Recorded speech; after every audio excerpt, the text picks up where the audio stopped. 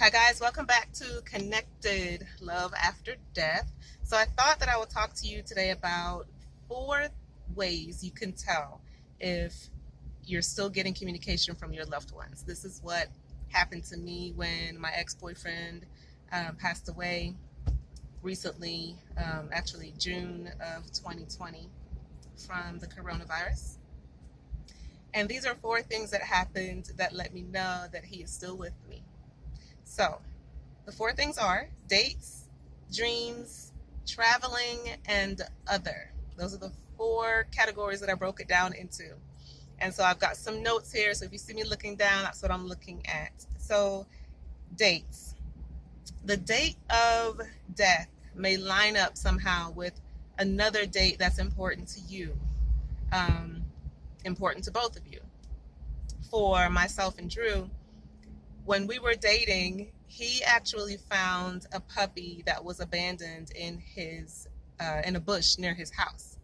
And he took the puppy in the house. He called me and he said, "There's a puppy here." And I went over and we named her. He wanted to call her Max, and I'm like, "It's a girl, so we're gonna call her Maxie."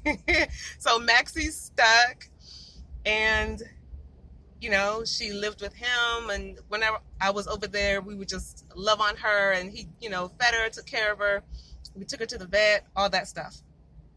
So Maxie was just like a big part of life when we were together, right? It was always about, how's Maxie doing? Is she okay? Is she hungry? Is she fed? Is she good? All that good stuff.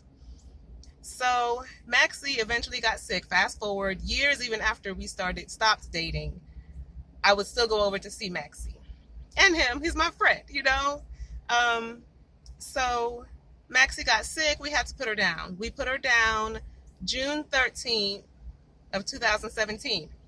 Now, Drew passed away June 13th, 2020. And the way that I came to realize that was the day after we put Maxie down. So June 14th of 2017, I took a picture of this cloud formation that I saw when I walked outside.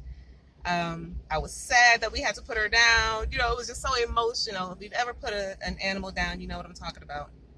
It was so emotional. We put her down, and the next day I walk outside. I was going somewhere doing something. I walked outside, I looked up, and I saw these clouds, and they looked like a puppy just sitting with the ears up.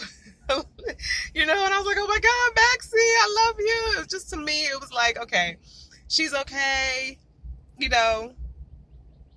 She was just so beautiful. So I was looking, when I told another friend of mine that Drew passed, they knew of each other, and I was trying to jog his memory, and I had an old picture in my phone of Drew and my friend's dad.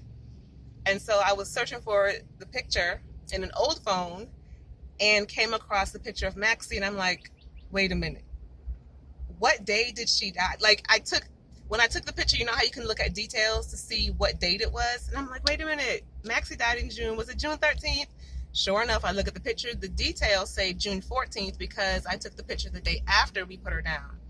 And it just blew me away. So that is an important date in Drew's life and mine that we experienced together. And he passed on June 13th. And so what I've experienced so far in my life relating to death is dates will line up like that. I've experienced the same thing with my mom and my dad, and I'll get into that in another episode. But look out for that, dates.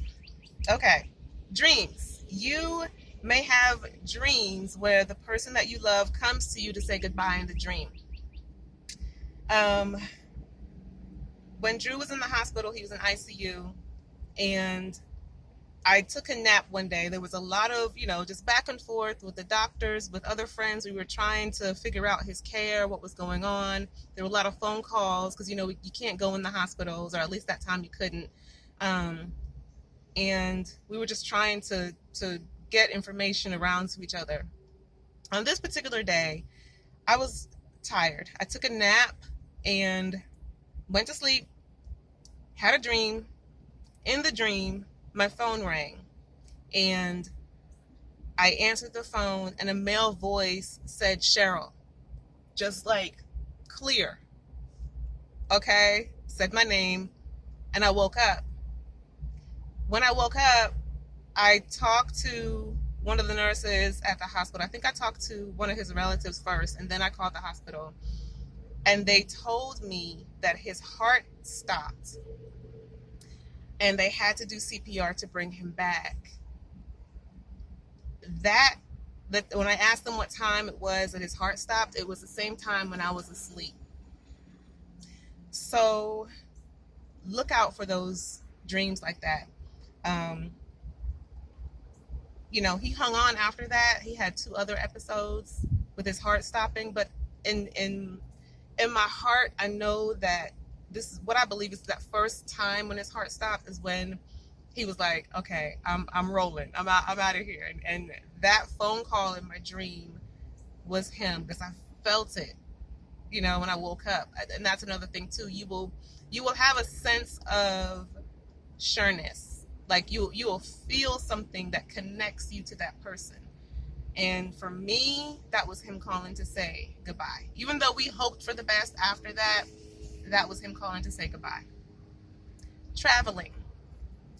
So what you may start to hear as a person is near death and it's similar to the dreams, but other people in your loved one's life will reach out to you or tell you, or you'll hear in conversation that they had some form of contact, whether it be a dream, a vision, a really strong feeling, a sense, something. And you will start to see that jump around the community that you all share.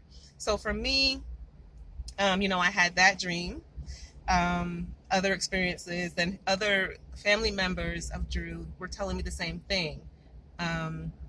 People were having dreams. I was having trouble sleeping. I would talk to him in my sleep. I was just like restless.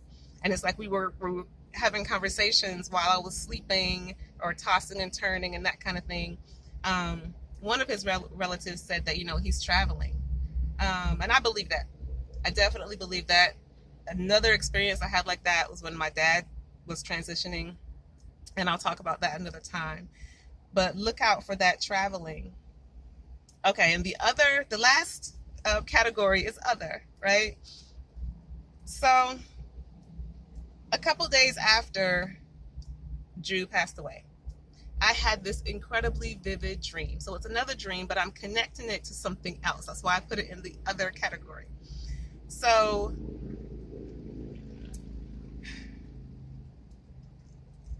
I'm pausing.